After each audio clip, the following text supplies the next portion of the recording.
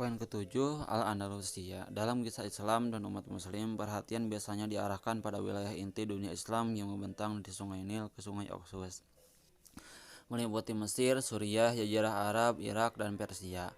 Tetapi penting juga melihat konteks sejarah Islam di tempat peradaban Islam yang berbatasan dengan dunia luar. Di semenanjung Iberia, wilayah Spanyol dan Portugal, Islam berinteraksi langsung dengan Eropa Kristen. Masyarakat yang kompleks dan beragam berkembang di sana, terdiri atas Eropa Muslim dan Barat.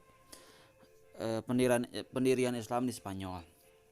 Setelah penaklukan yang cepat di Afrika Utara pada pertengahan abad ke-7 oleh Bani Umayyah, invasi Islam melambat beberapa waktu. Samudra Atlantik dan Laut Tengah seolah menjadi batas alam bagi kerajaan Islam baru. Nah, akhir 600-an difokuskan untuk mengonsolidasikan daerah taklukan dan memasukkan penduduknya ke dunia Islam. Tetapi pintu penaklukan terbuka lagi pada 710-an, ketika pasukan Muslim mulai merambah semenanjung Iberia dan memasukkan daerah jauh lain ke dalam kekuasaan Islam. Alasan penaklukan yang cepat di semenanjung tersebut telah lama diperdebatkan. Bagi orang-orang yang menyaksikan operasi militer kedua belah pihak, ini hanya manifestasi rasa suka dan tidak suka dari Tuhan. Bagi umat Islam, penaklukan ini berlangsung cepat dan mudah karena Tuhan telah berkehendak tanah ini akan masuk ke dalam kerajaan Islam. Bagi umat Kristen, kekalahan masif ini menunjukkan Tuhan kecewa dengan aksi tak bermoral Visigoth, sehingga dia mengirim penyerbu Islam sebagai itu hukuman. Tentu saja ada faktor yang lebih konkret untuk dipahami. Pertama, ketidakpopuleran Roderick dan monarki Visigoth akibat konflik politik yang sudah terjadi sebelumnya.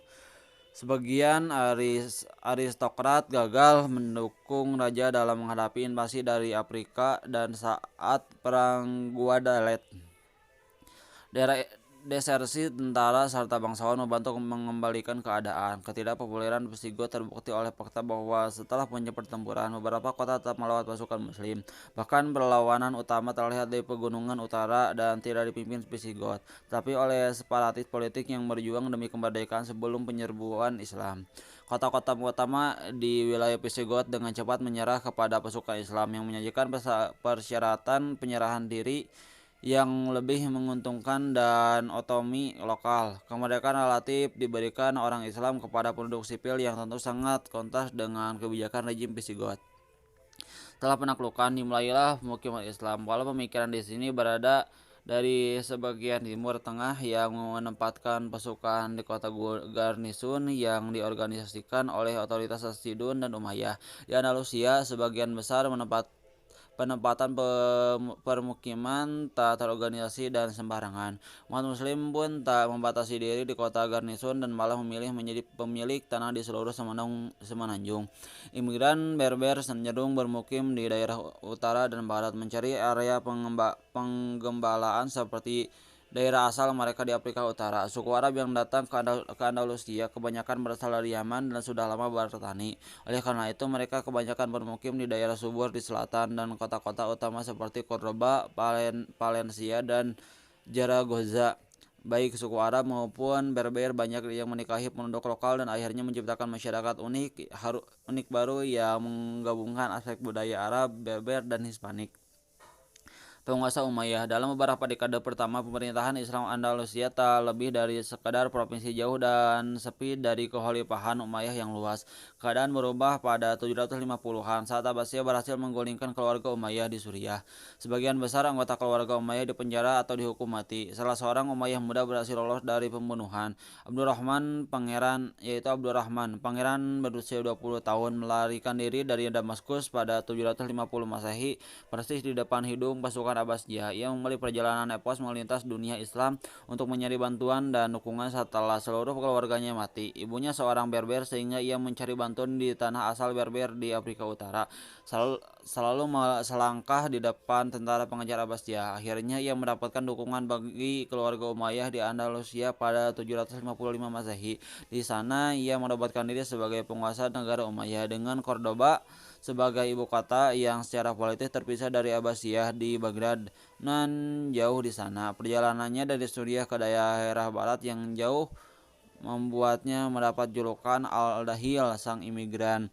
Emirat Umayyah yang didirikan Abdurrahman Ad-Dahil menjadi kawah pencemburuan budaya selama berabad-abad setelah kekuasaannya. Orang-orang dari dunia Islam terus bermigrasi ke sini dengan membawa aspek budaya tempat asal mereka. Selain itu, sebagian besar penduduk asli Hispanik masuk Islam pada akhir 800-an dan awal 900-an.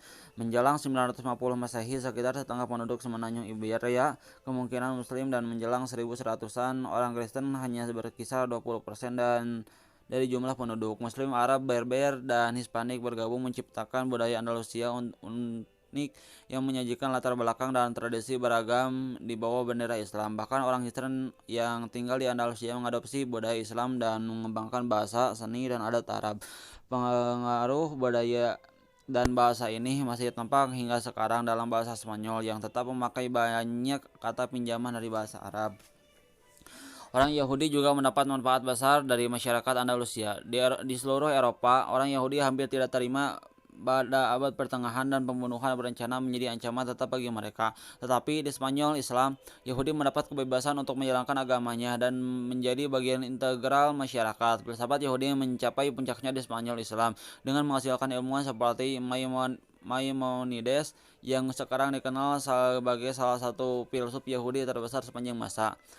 Masjid Agung Cordoba dibangun selama 200 tahun di ibu kota Umayyah. Masjid ini terdiri atas 856 pilar dan yang sebagian besar berasal dari runtuhan bangunan Romawi kuno. Puncak negara Umayyah di Spanyol terdiri selama pemerintahan Abdurrahman III dari 912 hingga 961 Masehi.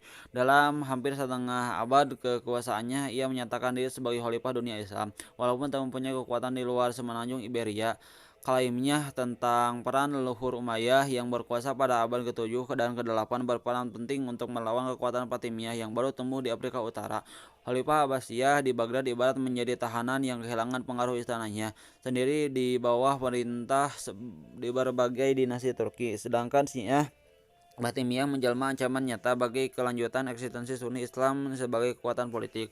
Abdurrahman III mencintai seni dan ilmu pengetahuan dalam kadar yang sama dengan Al-Ma'mun dari Abbasiyah sebelumnya dan Sulaiman yang hebat di Ottoman nanti. Lebih dari 600 perpustakaan berada di kota Cordoba. Perpustakaan terbesarnya berisi koleksi lebih dari 400.000 buku dalam berbagai bahasa. Ada sangat banyak toko di kota, menghasilkan barang-barang yang berharga di seluruh Eropa. Kulit, sutra, kertas, wol, dan kristal semuanya diproduksi di Cordoba dan diperdagangkan ke seluruh Eropa dan dunia Islam. Cordoba menjadi kota kelas dunia yang berperan sebagai jembatan antara Eropa yang terbelakang dan kebanyakan buta huruf dengan kota-kota kebudayaan tinggi di dunia Islam. Jika ingin menjadi terpelajar, seorang Eropa akan berpergian ke Andalusia untuk hadir di tengah-tengah para cendekiawan dan perpustakaan. Bahkan pemimpin gereja Katolik abad ke-10, yaitu Paus Sylvester II, belajar di Andalusia semasa muda dan terpikat dengan prestasi ilmiah peradaban Islam. Abad berikutnya, saat universitas pertama dibuka di Italia, Prancis, dan Inggris, sebagian besar perpustakaannya berisi buku terjemahan karya-karya di perpustakaan Cordoba dalam bahasa Latin. Spanyol Islam adalah jalan raya utama tempat mengalirnya pengetahuan dunia Islam ke Eropa yang membantu mencetuskan Renaissance pada 1400-an. Kehebatan Cordoba tak sebatas soal ilmu pengetahuan. Abdurrahman dan penguasa Andalusia terdahulu menekankan kekuasaan dan harta kesejahteraan melalui masjid selain istana yang luas dan indah. Contoh terbaik Masjid Agung Cordoba, awalnya masjid ini dibangun Abdurrahman Ad-Dahil, kemudian diperluas berkali-kali pada 800-an dan 900-an hingga akhirnya menjadi bangunan luas yang mampu menampung ribuan jamaah. Pilar-pilar yang menjadi cirinya menyangga dua tingkat pelengkungan yang terbuat dari batu merah dan putih, menjadikannya keajaiban arsitektur yang hanya dapat disaingi Hagia Sophia di Konstantinopel. Tak seperti lukisan dan patung di gereja Kristen, desain kaligrafi dan bentuk geometris menjadi corak utama impresi artistik di seluruh gedung. Ayat-ayat Quran tertulis dalam huruf kaligrafi Arab menutupi dinding masjid, menunjukkan keyakinan Islam bahwa Quran adalah bentuk tertinggi ekspresi sastra sehingga pantas berada di masjid terindah. Prestasi aksi arsitektural juga dicapai di wilayah sekuler. Saat Abdurrahman III membangun kota istana raksasa di luar Cordoba, yaitu Madinat Az-Zahra atau kota yang indah. Inilah Versailles pada masanya, memikat para pengunjung dari tempat yang jauh dengan misi diplomatik ke ibu kota Andalusia. Semua ini membuat Cordoba mendapat julukan di seluruh Eropa sebagai perhiasan dunia. Akan tetapi sayangnya bagi penduduk Andalusia, keindahan dan penekanan pada pengetahuan memberikan beberapa konsekuensi negatif. Semangat perang awal yang tampak dalam penaklukan cepat di semenanjung ini dan invasi ke wilayah Prank mulai surut setelah penduduk kota mulai hidup nyaman. Penguasa Cordoba kesulitan mengumpulkan para pria dari kota dan desa untuk bergabung dengan pasukan pemerintah memerangi kerajaan Kristen di utara. Penduduk Andalusia merasa senang, terlena, dan tak ingin meninggalkan kenyamanan hidup untuk mempertahankan Spanyol Islam. Kelesuan penduduk merambat hingga tingkat pemerintahan. Menjelang awal abad ke-11, perebutan kekuasaan di antara keluarga Umayyah dan pendukungnya umum terjadi. Bukannya fokus menghadapi musuh dari luar, para elit mengarahkan usahanya untuk melenyapkan faksi saingan dalam Cordoba. Kelompok-kelompok yang berebut kekuasaan selalu bernafsu mendaftar pasukan Kristen dari utara dan Berber dari Afrika untuk mendukung maksud mereka. Pada 1009, Sulaiman II menggulingkan anggota Bani Umayyah yang lain dengan pasukan yang hampir semuanya berasal dari Kastilian dan Berber. Ia menyerbu Cordoba dan menyatakan diri sebagai khalifah. Hal ini menimbulkan serangan balas dendam, lalu penyerangan kembali pada tahun berikutnya. Masyarakat yang toleran dan stabil pada abad ke-10 segera tenggelam dalam lumpur perebutan kekuasaan dan perang sipil. Sepanjang 1010-an hingga 1020-an, persatuan politik Andalusia bubar menjadi banyak negara bagian, atau masing-masing disebut taifa yang saling bersaing. Periode tanpa reformer Berber. Periode taifa di Andalusia berlangsung pada abad ke-11. Kata taifa yaitu jamak dari Tawaif bersumber dari Quran yang memperingatkan Muslim untuk menciptakan perdamaian di antara dua Tawaif atau pihak yang bersengketa. Tetapi perdamaian dan periode ini merupakan barang mewah. Persaingan etnis antara Arab Berber dan Muslim Iberia menjadi pusat konflik. Sejak raja-raja kecil di seluruh semenanjung bersaing menggantikan Bani Umayyah yang sudah jatuh, kota-kota yang pernah menjadi bagian penting negara bagian Umayyah seperti Cordoba, Sevilla, Toledo, Granada, dan Zaragoza menjadi kerajaan kecil mereka yang terus-menerus berperang. Andalusia yang dulu pernah makmur segera hancur menjadi puing-puing saat perang saudara puluhan tahun membinasakan negeri tersebut. Penulis pada zaman itu seperti Ibnu Hazm yang juga ahli hukum, ahli sejarah dan filsuf meratapi kehancuran tanah pertanian dan desa yang tenang oleh pasukan yang saling bersaing. Ketika para raja Taifah berperang demi meraih kekuasaan atas Andalusia, hasilnya sungguh disayangkan dan sangat ironis. Bagi Islam di Iberia, satu-satunya pemenang dalam periode Taifah adalah negara bagian Kristen di utara. Sejak penaklukan awal Iberia awal 700-an, bagian paling utara semenanjung ini tak terjangkau kendali Islam. Beberapa negara Kristen kecil berdiri setelah penaklukan dan dilindungi dataran tinggi pegunungan. Dengan mudah mereka menjauhkan diri saat Andalusia menjadi negara kesatuan. Tetapi ketika Andalusia terpecah belah, raja-raja Kristen pun mengambil keuntungan. Banyak raja Taifah yang meminta bantuan pasukan Kristen dalam konflik melawan sesama Muslim. Tindakan semacam ini dipandang sebagai skandal oleh masyarakat Islam awal dan orang-orang soleh saat itu. Tetapi bagi raja-raja Taifah, kekuatan kendalilah yang paling penting. Tak peduli apapun ideologinya. Dengan ikut campur dengan peperangan antar Muslim, negara-negara Kristen seperti Cantile, Leon, dan Navarre mampu meningkatkan kekayaan dan wilayahnya sendiri atas biaya orang Islam. Dalam satu kesempatan, Taifah Toledo membayar sejumlah besar uang kepada kerajaan Navarre untuk menyerang Zaragoza. Sementara itu, kubu yang diserang membayar Castile untuk menyerbu daerah pedalaman. Toledo membasmi penduduknya dan merampasnya demi kemakmuran sendiri. Orang Islam membayar orang Kristen untuk menyerang dan melemahkan orang Islam lain dalam sejarah hitam Andalusia. Hasilnya berupa hilangnya tanah yang luas serta tumbuhnya militer dan ekonomi negara-negara Kristen Spanyol. Hancurnya Toledo pada 1985 oleh Castile menjadi kehilangan simbolik dan strategis yang penting karena terletak di tengah-tengah Iberia. Kejatuhan Toledo bermakna bahwa kekuatan Kristen kini dapat langsung mengancam negara Taifah manapun, bahkan yang jauh di selatan. Baru saat itulah para raja Taifah sadar mereka tidak dapat bertahan melawan raja-raja Kristen lebih lama lagi dan mulai meminta bantuan dari dunia Islam lainnya. Pertolongan itu datang dalam bentuk gerakan Puritan dari Afrika yang dikenal dengan nama Murabitun. Gerakan Murabitun didirikan di Gurun Maroko di sepanjang rute perdagangan yang menghubungkan Afrika Utara dan kerajaan-kerajaan kaya di Afrika Barat. Penduduk di sana adalah orang Berber yang telah masuk Islam berabad-abad lalu setelah penaklukan Islam di Afrika Utara pada 600-an. Menjelang abad ke-11, hampir seluruh suku Berber bernama Islam, namun banyak dari mereka yang berpegang pada keyakinan dan peribadatan pra-Islam. Aliansi suku pra-Islam sungguh kuat, tak seperti persaingan suku Arab pra-Islam di jazirah Arab. Salah seorang ahli teologi Berber adalah Abdullah bin Yasin berusaha membawa masyarakat Berber lebih dekat dengan Islam tradisional pada pertengahan abad ke-11. Ia menekankan gerakannya Murabitun yang berarti orang yang berpegang teguh, mengutip ayat Al-Quran yang menuntut muslim untuk berpegang teguh di jalan Allah. Bahasa Spanyol dan Inggris menyebutnya sebagai dinasti Almoravid, nama yang dikenal sekarang. Pada dasarnya gerakan ini sederhana, sesuatu yang membuatnya kita populer, yaitu Ibnu Yasin mendeklarasikan bahwa Murabitun punya 3 tujuan.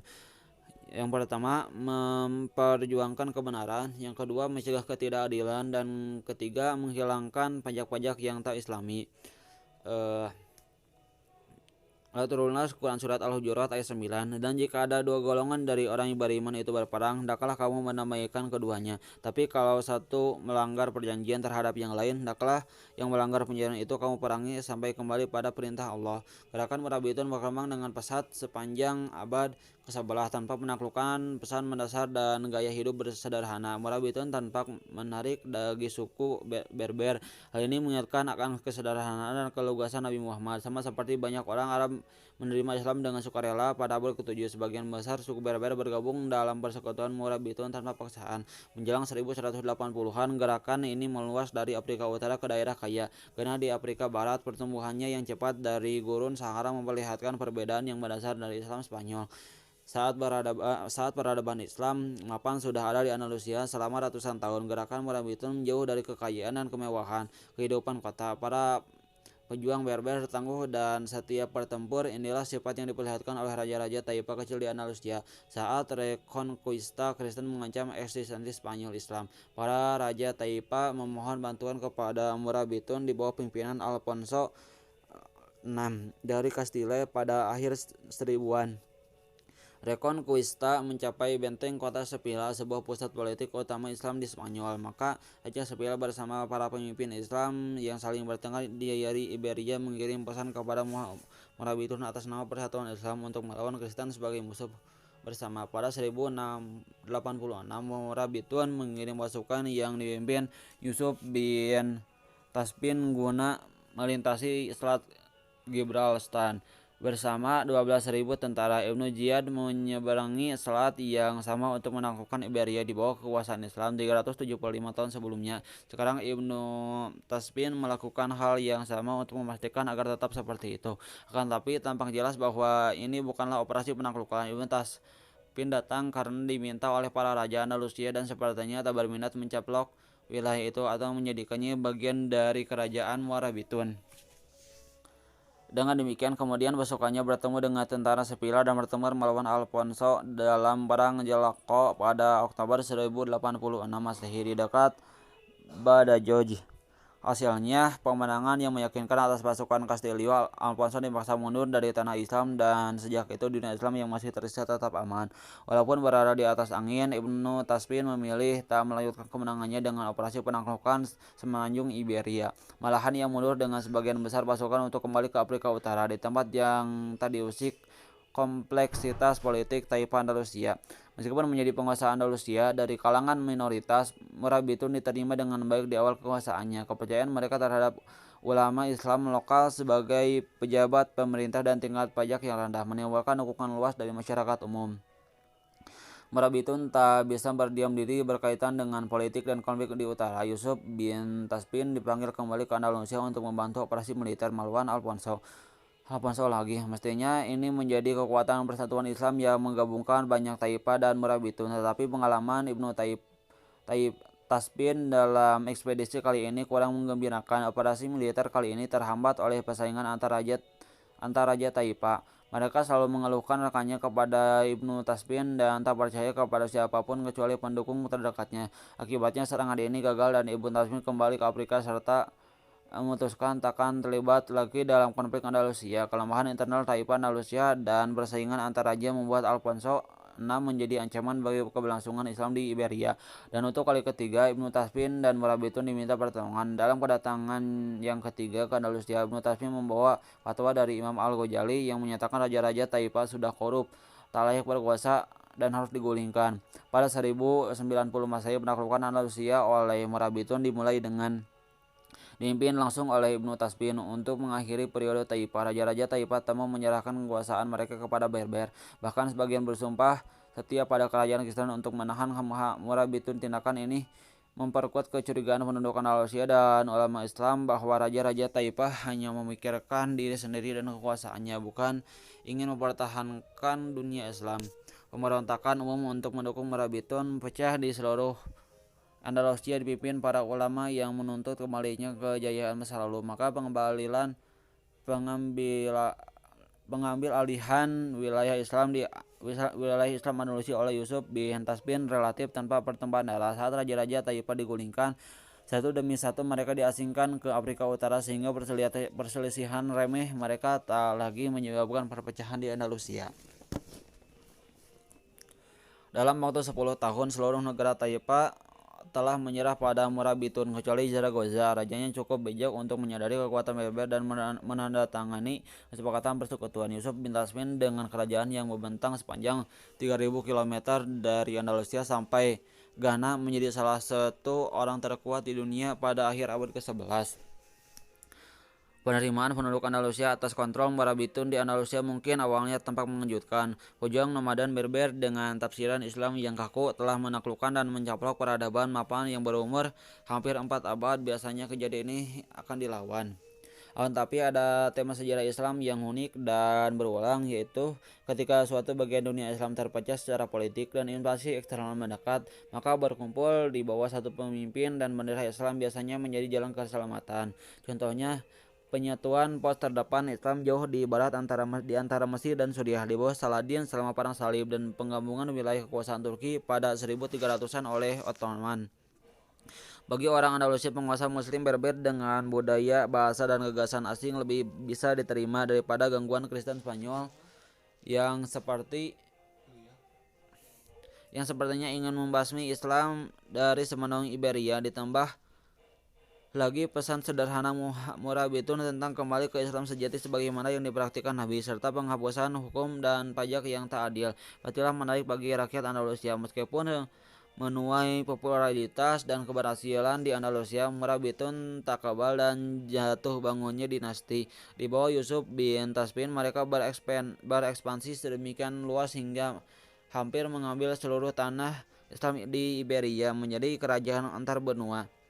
Tapi mereka gagal mendapatkan kembali wilayah yang telah dikuasai Kristen. Toledo yang pernah menjadi kota besar Islam hilang selamanya. Kerajaan Kristen hanya dihentikan, tak dihancurkan, anak Ibnu Tasfin yaitu Ali pada tahun 1106 sampai 1143 yang tak tumbuh di gunung seperti ayahnya, dan walaupun ia pemimpin yang baik, tak punya kemampuan untuk memperluas kerajaan melalui perang. Saat kali pertama masuk ke Andalusia pada akhir abad ke-11, popularitas Murabitun berasal dari kenyataan bahwa mereka akhirnya mampu mengalahkan pasukan Kristen yang mengganggu. Saat raksasa militer Murabitun mulai menurun dan Kristen memenangi peperangan melawan Islam sekali lagi pada abad ke-12, kehadiran mereka di Andalusia mulai dipertanyakan. Bahkan pemberontakan terjadi di Cordoba, bekas ibu kota Umayyah. Di sana rakyat mulai muak dengan Murabitun sebagai penguasa kota yang tak bisa ditemui dan asing. Tapi kejatuhan Murabitun sesungguhnya akan diawali dari Afrika Utara, tempat asal mereka. Gerakan keagamaan Berber lainnya mulai tumbuh di pegunungan Atlas yang menjulang di atas ibu kota Murabitun, Marrakas. Mereka menamakan diri Muwahhidun, yang berarti monoteis. Pemimpin gerakan baru ini, Ibnu Tumar, berdakwah bahwa Murabitun telah menyimpang dari ajaran Islam yang benar dan kemewahan Andalusia telah membuat dan membuat mereka terlena. Gerakan Muwahhidun juga memiliki pendirian teologi yang sangat kuat. Mereka berpendapat bahwa pembaruan keagamaan merajalela di seluruh Andalusia dan Afrika Utara. Suku-suku Berber yang sebelumnya mendukung Morabitun mengalihkan kesetiaan dan bergabung dengan gerakan Muwahhidun sepanjang 1120-an dan 1130-an. Pada 1147 Masehi, mereka sudah cukup kuat untuk menentang Morabitun secara terbuka, turun dari pegunungan dan susah menyerbu Marrakas dalam setahun. Seluruh Maroko sudah kalah di bawah Muwahhidun. Terbesarnya perhatian Morabitun pada gerakan Muwahhidun yang tumbuh di Afrika menyebabkan Andalusia diabaikan secara militer. Hal ini diiringi ketidakpuasan untuk penduduk Andalusia mengantarkan munculnya periode Taifa kedua yang dimulai pada 1144 Masehi. Sekali lagi, faksi-faksi bersaing bangkit di semenanjung Iberia. Semuanya berusaha mendapatkan kekuasaan atas wilayah Muslim lain. Satu-satunya pemenang adalah kerajaan Kristen yang bisa mengambil keuntungan dan memperluas wilayah mereka melalui perang melawan Muslim. Masyarakat luas mendukung penggulingan penguasa Morabitun di Andalusia, tapi sepertinya tak mampu menyediakan upaya alternatif yang dapat dilaksanakan. Mereka masih tak bersedia angkat senjata dan menggabung dengan pasukan jihad dalam urusan apapun. Maka seperti pada periode Taifa pertama, para raja Taifa mengandalkan bantuan militer dari kerajaan Kristen yang menyulut biaya, mengikuti jejak Yusuf bin Tasbin dan Tariq bin Ziyad. Sekarang Muwahhidun yang dipimpin penerus Ibnu Tumar bernama Abdul Mukmin memasuki Andalusia pada 1145 Masehi. Ia berusaha menaklukkan penjaplokan wilayah tempat saat Kristen Spanyol dan Portugis mulai maju ke daerah Taifa Muslim.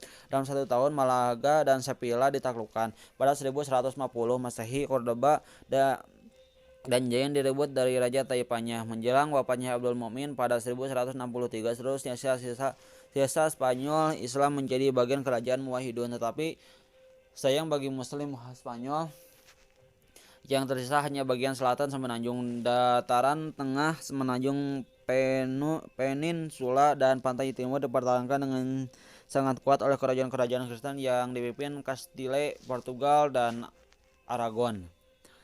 Prestasi dan kerajaan besar yang dibangun Muslim Spanyol selama era Umayyah menjadi kenangan yang tak mungkin ditiru. Sekarang jelas bagi penduduk Andalusia bahwa momentum di semenanjung ini mendukung Kristen, dan prioritas utama mereka bukanlah membangun kota besar serta memajukan pengetahuan, melainkan mempertahankan diri dari serangan gencar Kristen. Kedatangan Muwahhidun mendorong kebangkitan Islam. Andalusia memutuskan perhatian pada ibadah Islam. Munculnya banyak ulama di semenanjung ini menjadi saksinya. Mungkin yang paling termasyhur di antaranya yaitu Ibnu Rushd. Ia pada tahun 1126 sampai 1198 yang dikenal sebagai Averroes di Eropa, seolah membangkitkan kembali cendekiawan Muslim terdahulu pada masa keemasan. Ia seorang serba bisa yang menulis tentang berbagai topik dan filsafat, fisika hingga psikologi. Sumbangannya yang paling langgang di bidang fikih. Walaupun mengikuti madhab fikih Maliki sebagaimana umumnya orang Afrika Utara dan Andalusia, ia menggarang ensiklopedia perbandingan fikih berjudul Bidayat al-Mujtahid wa Nihayat al-Muqtasid. Beberapa kemudian, buku ini tetap menjadi salah satu buku fikih utama yang merinci perbedaan pendapat dari banyak mazhab dalam Islam. Mistikus Ibnu Arabi dan Ibnu Abu Al-Hasan As-Sadili juga muncul selama dinasti Muwahhidun. Mereka berusaha menginspirasi Muslim secara spiritual untuk memperbaiki hubungan dengan Tuhan, dan tak dilakukan lagi. Ini merupakan reaksi atas iklim politik yang suram di Andalusia dan Afrika Utara. Muwahhidun sebagian besar mengikuti pola yang sama dengan Morabitun. Keduanya muncul dari lingkungan gurun yang khas di Maroko. Mereka berusaha memperbaiki hal-hal yang dipandang sebagai penyakit sosial dan kelemahan politik di wilayah itu. Keduanya menahan Reconquista Kristen di Iberia, dan keduanya melemah saat regenerasi penerus kehilangan semangat dan dorongan yang dikembangkan nenek moyangnya di gurun Afrika Utara. Di Andalusia, Muwahhidun mengalami kemunduran saat konflik keluarga berebut kekuasaan mengemuka. Akhir abad ke-12 menjadi saksi timbulnya perang saudara di Andalusia digabung dengan majunya kerajaan Kristen, tetapi kali ini tak ada gerakan keagamaan Berber yang baru untuk menggantikan tempat mereka. Selanjutnya Granada. Seperti yang telah dilakukan selama ratusan tahun, Kristen Spanyol mengambil keuntungan dari kelemahan dan perpecahan Islam. Post-Inokan II bahkan menyerukan perang salib pan-Eropa untuk menyerang Muwahhidun pada 1212. Para kesatria Spanyol, Portugis, Prancis, dan Inggris berkumpul di dekat rangkaian pegunungan Sierra Morena yang menjadi batas antara kekuasaan Islam dan Kristen di Iberia. Di bawah pemimpin Alfonso VIII dari Castile, pasukan perang salib berhasil melintasi pegunungan untuk menyerang serombongan besar pasukan Muwahhidun. Di perang Las Navas de Tolosa atau Al-Uqab, menurut umat muslim kekuatan Islam benar-benar habis. Lebih dari 100.000 korban perang dari kubu muslim membuat tulang punggung kekuatan Muwahhidun patah. Alasan kekalahan peperangan itu tak sepenting akibat bencana tersebut. Tak berdaya menahan Kristen satu demi satu, kekuatan Islam mulai jatuh antara 1228 dan 1248. Valencia, Sevilla, Badajoz, Mallorca, Murcia, Jaén, dan kota-kota lainnya runtuh dalam serangan gencar Kristen. Pada 1236, Cordoba jatuh ke tangan Kastilia, ibu kota pada sejarah di awal Islam Spanyol, dengan masjid agung, perpustakaan, istana, dan taman yang monumental tak mampu menahan pasukan Kastilia. Masjid tersebut dipaksa berubah menjadi katedral Katolik dengan kapel raksasa di tengah bangunan. Tata letak bangunan tersebut yang ceruknya menghadap Mekah dan prasasti Qurani di dinding semuanya tetap ada mengelilingi kapel Kristen, dan ironisnya menjadi saksi sejarah sebagai tempat peribadatan Islam. Pada abad ke-16, Kaisar Roma Suci akan mencela perubahan masjid itu menjadi katedral, menyebut bangunan yang amat indah itu telah diubah menjadi sesuatu yang biasa dan umum. Akan tapi tak seluruh Andalusia kalah setelah jatuhnya Muwahhidun. Emirat Granada yang memanjang di pantai selatan Iberia tetap merdeka dari kekuasaan Kristen di sana. Satu dinasti Arab bernama Nasrid berkuasa dan mampu bertahan selama 1 atau 2 abad lebih.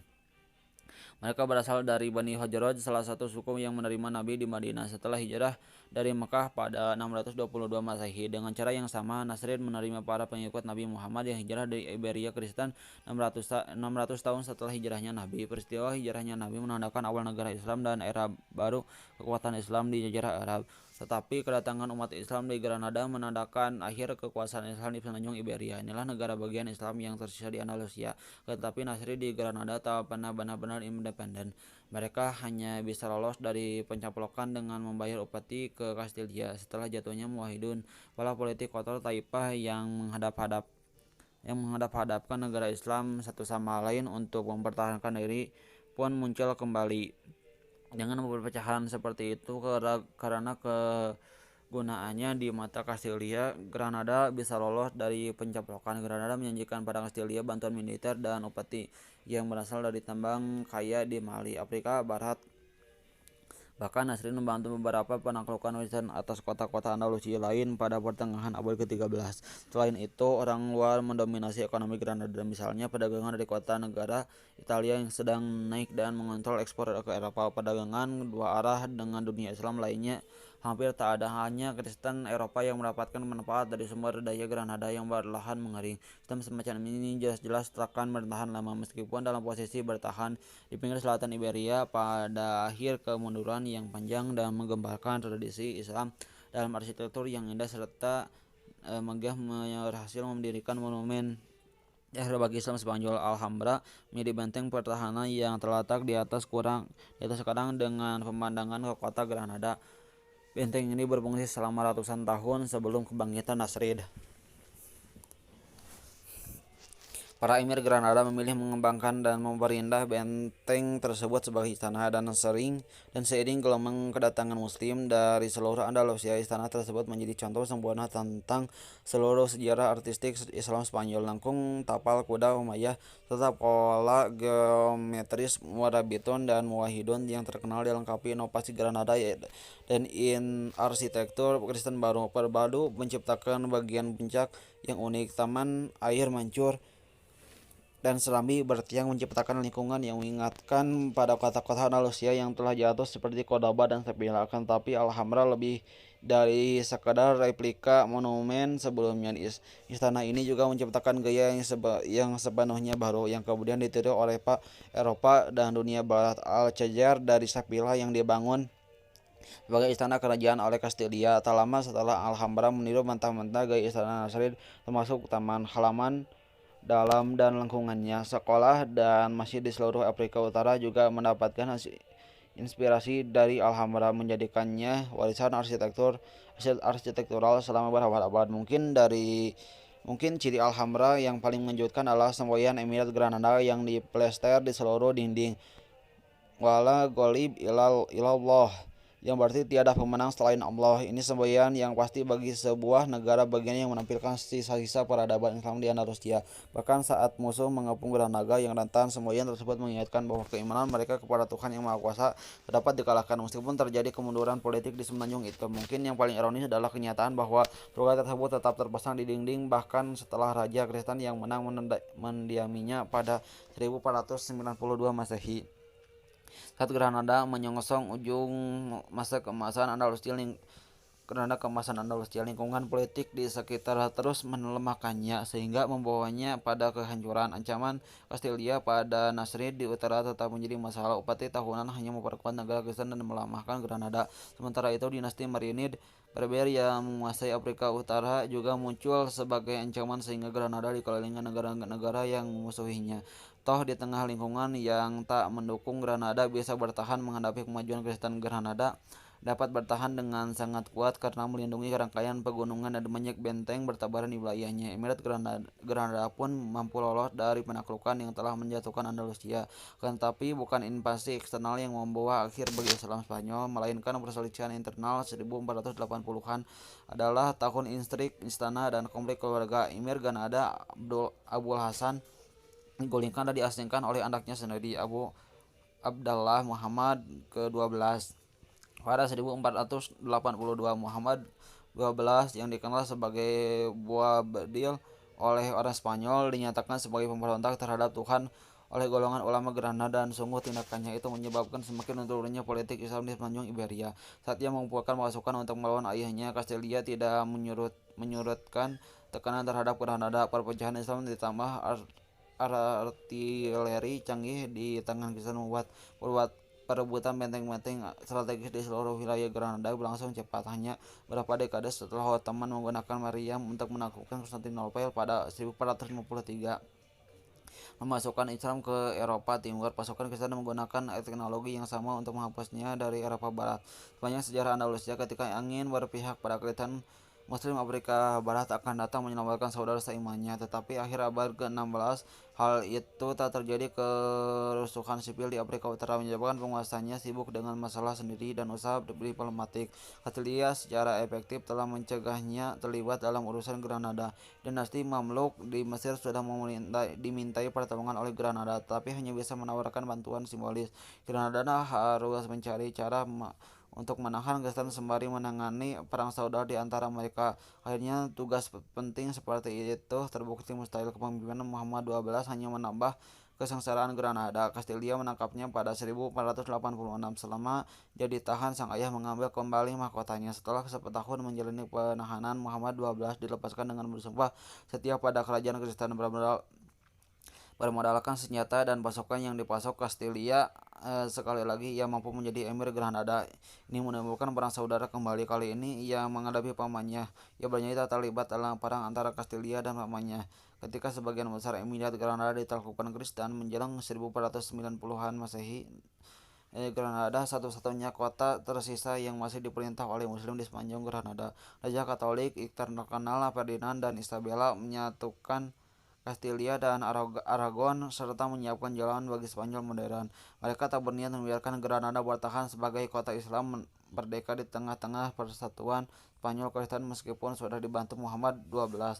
Pada 1490 dan 1491 menjelang kejatuhan Granada secara perlahan Spanyol mendekati kota yang sendirian ini. Bahan-bahan pokok dihalangi masuk, pengungsi membanjiri kota, dan rasa putus asa menyelimuti penduduk sendirian dan tak adanya bantuan yang datang dari Muslim Afrika Selatan Setelah Granada bertahan melawan Spanyol yang jauh lebih banyak dan lebih kuat teknologinya, Muhammad XII menyadari itu. Maka pada 25 November 1491 ia mengutus wazirnya untuk merundingkan syarat-syarat penyerahan pada monarki Katolik. Pada 1 Januari 1492 secara resmi Granada berpindah tangan ke Spanyol. Muhammad XII menyerahkan kunci gerbang kota tersebut dan Alhambra pada sang penakluk pada pagi hari, sehingga ketika penduduk kota terbangun, mereka menyaksikan bendera yang menyatakan dan tak ada kemenangan dari selain Tuhan yang berkibar di Alhambra diturunkan kali terakhir saat bendera Kastilia menggantikannya. Bagi pihak Kristen inilah pemenuhan yang menggembirakan setelah perjuangan selama 1 abad untuk mengkristenkan semenanjung Iberia. Bagi penduduk Muslim inilah akhir negara yang paling tercerahkan, makmur dan kuat yang pernah ada di dunia. Bagi sang emir yang ditaklukkan, yang ketidakmampuan politiknya langsung membuat hilangnya potongan Andalusia terakhir, pengasingan telah menunggu. Legenda menceritakan saat ia keluar dari kota, ia menengok ke belakang untuk kali terakhir dan mulai menangis. Ibunya mencela mengucapkan kalimat yang terkenal, "Jangan menangis seperti perempuan atas apa yang tak dapat kau pertahankan sebagai lelaki." Morisco, sejarah politik Andalusia berakhir pada 1492 Masehi. Tetapi ini bukanlah akhir dari penduduk Islam Spanyol. Masih ada sekitar 500 sampai 600 ribu Muslim dari total penduduk 7 sampai 80 juta di seluruh semenanjung Iberia. Sebagian besar berada di bekas Emirat Granada. Tak mungkin bagi monarki Katolik untuk memaksa keluar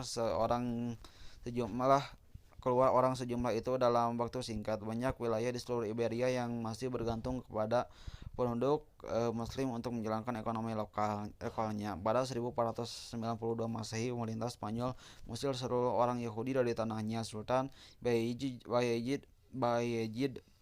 II dari Ottoman memerintahkan agar militer dan gubernurnya menerima pengungsi Yahudi dari Spanyol. Sejumlah besar komunitas Yahudi keturunan penghuni Yahudi Spanyol tetap bertahan di Istanbul hingga abad ke-20. Selain itu, Spanyol tak punya cukup warga untuk mengisi kota yang dikosongkan. Malahan awalnya Ferdinand dan Isabella mengambil pendekatan yang toleran terhadap minoritas Muslim. Umat Muslim memang kehilangan beberapa kedudukan sosial karena sekarang penguasanya berbeda agama, tapi mereka mendapat kebebasan untuk melanjutkan ibadah sesuai keyakinan di bawah monarki Spanyol.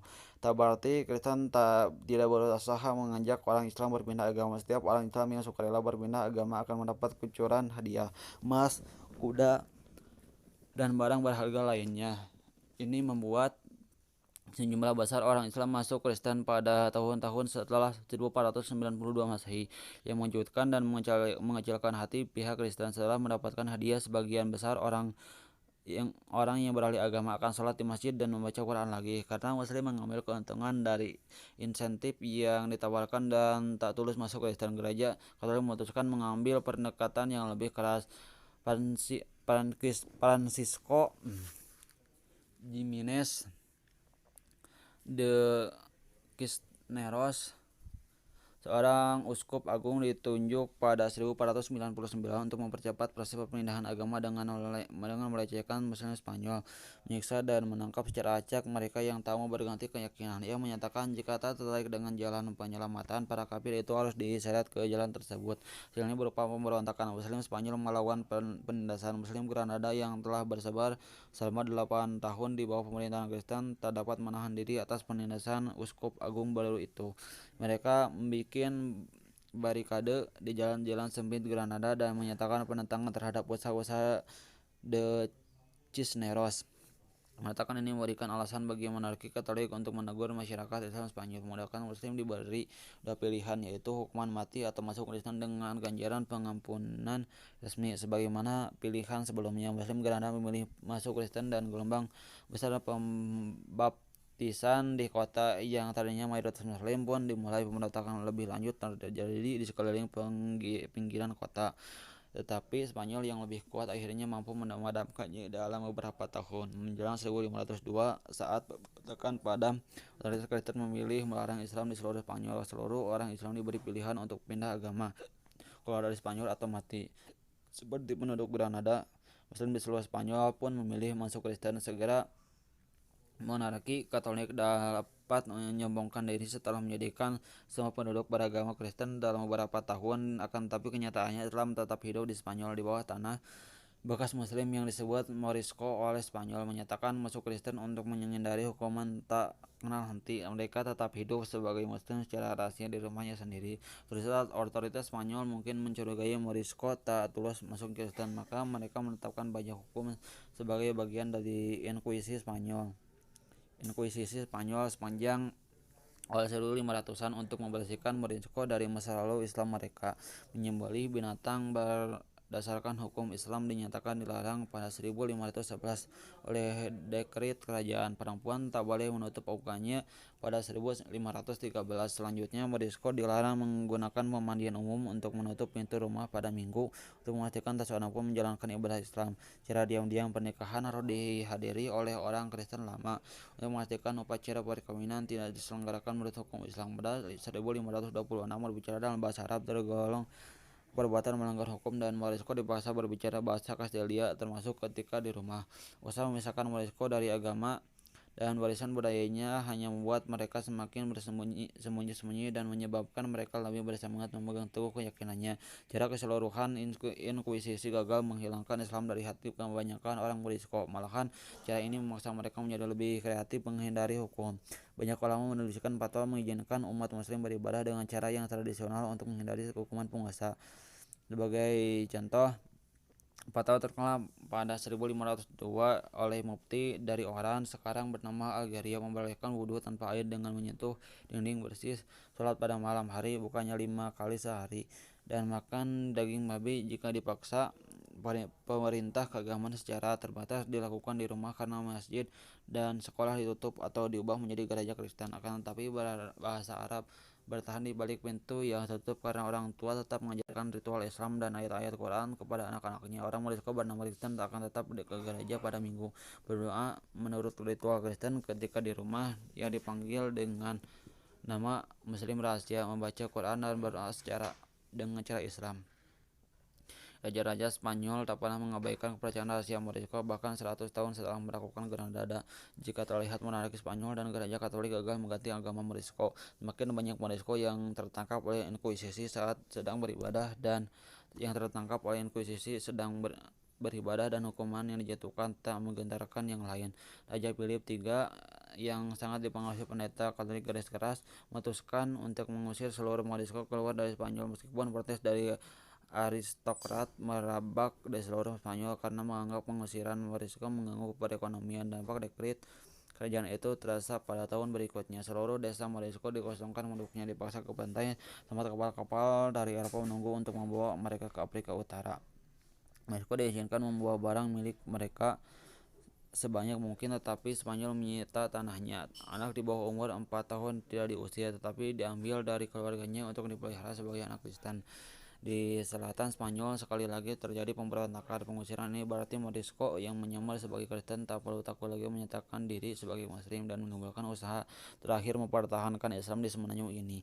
Kali pertama dalam 100 tahun, azan kemudian berkumandang di lembah dan perbukitan Spanyol. Sholat berjamaah yang tak pernah terlihat selama bertahun-tahun sejak kejatuhan Granada sekali lagi diadakan. Hasil kejayaan memang terlalu lalu, tetapi para pemberontak meski dengan cepat dapat dikalahkan. Spanyol mampu membangkitkan kenangan akan Andalusia dan 800 tahun sejarahnya untuk kali terakhir. Pada 1614 seluruh orang Morisco sudah pergi dan pemberontak dipadamkan. Ada laporan yang menyatakan entah bagaimana terdapat orang Morisco yang berhasil tetap tinggal di Spanyol dan terus mengamalkan ajaran Islam secara sembunyi-sembunyi selama sekian abad. Tapi kepingan komunitas Muslim ini tak lebih dari bayangan di Andalusia. Meskipun telah memberikan sumbangan bagi sejarah semenanjung Iberia dan Eropa, Islam sudah lenyap dari Spanyol.